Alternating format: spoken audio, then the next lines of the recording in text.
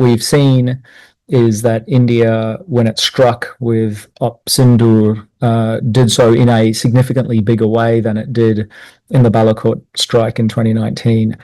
And the sort of the logic for this, I think, is still valid and still pretty obvious now, which is that every time you try to deter an adversary, it's only going to deter the adversary if you do something that the adversary did not already price into its calculations.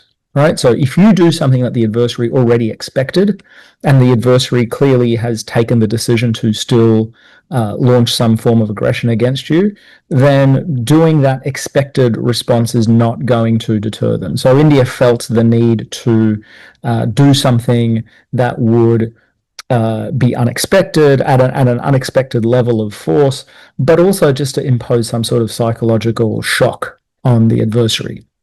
Now, it's more than just that, though, because I think what we may be seeing with Sindoor is that India doesn't even think that deterrence is really a viable option or a real sort of objective in this crisis format anymore.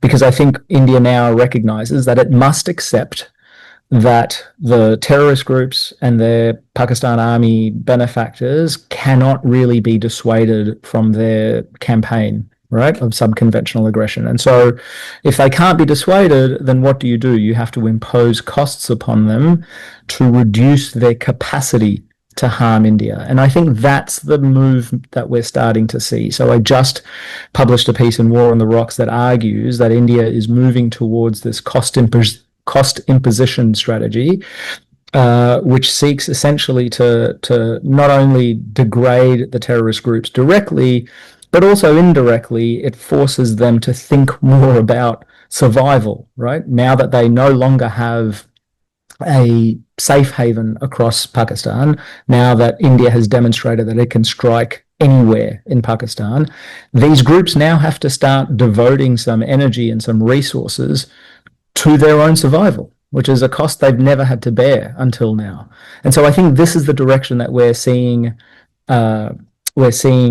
Indian strategy evolve. And Prime Minister Modi has made it clear that, you know what, next time we're not going to discriminate between terrorist groups and the Pakistan army. And so I expect if this type of crisis was to repeat, then not only would you see an Indian response that seeks to surprise the adversary, but you would see an Indian response that, because it draws no distinction, will necessarily be more escalatory. It will escalate quicker, and possibly involving strikes on the Pakistan military in India's move one.